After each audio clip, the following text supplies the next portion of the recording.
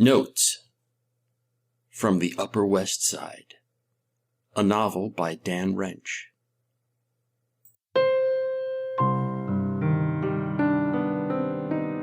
Chapter 101, Democracy My Ass.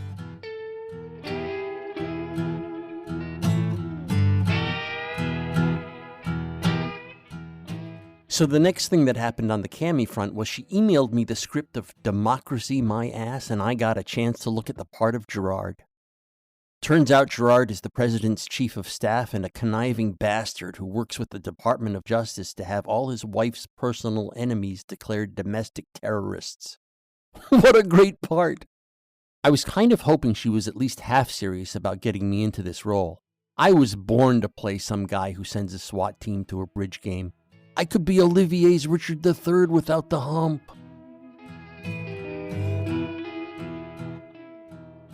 Also, when I first got the script, I started reading it on the big monitor in the living room, and the wife came by and started giving me some approving looks. So we had that camaraderie thing going again.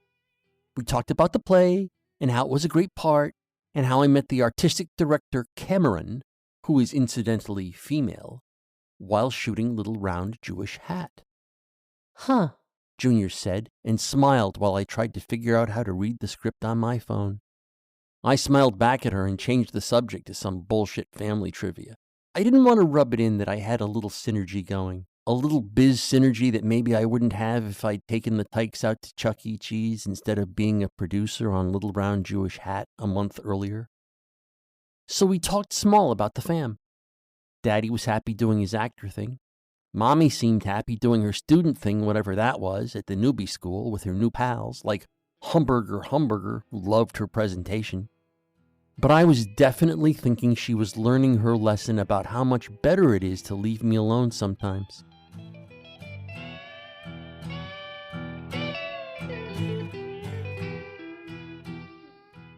We had a great arrangement. Her time was hers, my time was mine, same with money, and we met in the middle for the kids. She had a birthday coming up soon, and I thought I'd give some serious consideration to eating her out that day. I figured I kind of owed her after missing last Christmas. So what was I saying? Oh yeah, Gerard was a great role, and acting in a play was a part of my life I could talk about with the wife. Cameron was a colleague who happened to be a chick who thought I was a tremendous actor. The cover story was locking in. Jesus. This time I'm going to get my cock in Cammy's cunt, I thought. I made the mental fist. Then I reread Democracy My Ass. I reread it a few times, but as I write this, it's been a long time since I even thought about Gerard. It was a great part, on paper, but I didn't get it. Fuck it. Of course not. You know as well as I do it wasn't about casting me. What the cunt was really doing was taunting me with her power as the artistic director of a theater company. A brick outhouse theater company in a city filled with brick outhouse theater companies, but a theater company nonetheless. A company that had parts, plays, directors, a company that hired actors and, more importantly, theater sluts.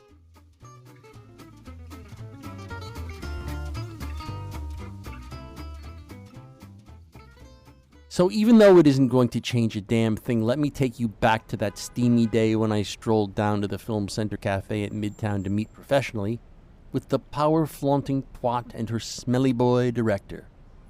A boy whose face screamed snark. The kind of boy who holds the cup with both hands while sipping hot cocoa. I said a second ago it was steamy, and it was. I couldn't wait to get to the air conditioning. If you're from the city, you know what I mean. You're freezing all winter and begging the gods for some warmth and swearing you'll never need AC again. And then you remember humidity. Oh yeah, humidity made in large part from the vaporized sweat of 9 million people, most of them incapable of rinsing, not to mention washing. And you're waiting in their stench under the sun and in the subway. You look around at them, you know who they are. They know who you are. They look back at you, tired, annoyed. Like they know they sweated into the air you're trying to breathe and they can't wait for you to try to make something out of it. Yeah, tell a cop I smothered you in sweat steam, you damn gig cackler. See what it gets you. You're at their mercy. And they're everywhere, perspiring their just-eaten burritos through their pores. That was the kind of day it was when I met Winthorpe Gerben. Yeah, Winthorpe.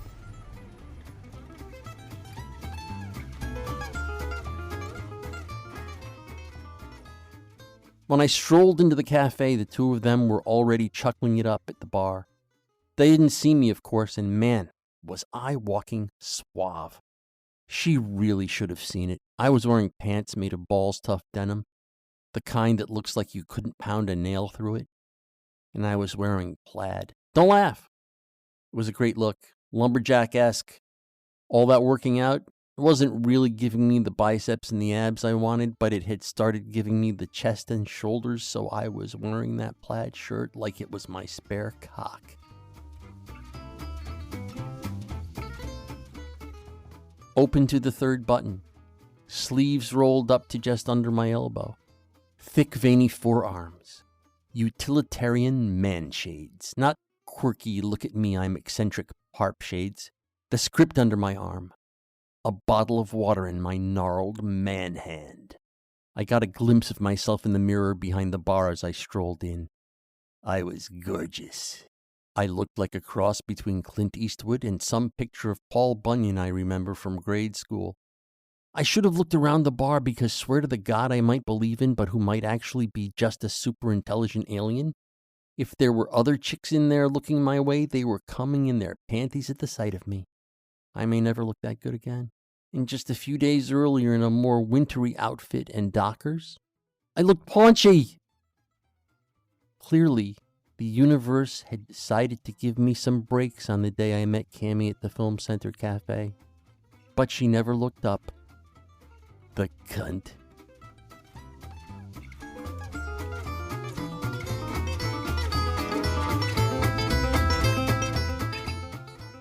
Notes from the Upper West Side is a work of fiction.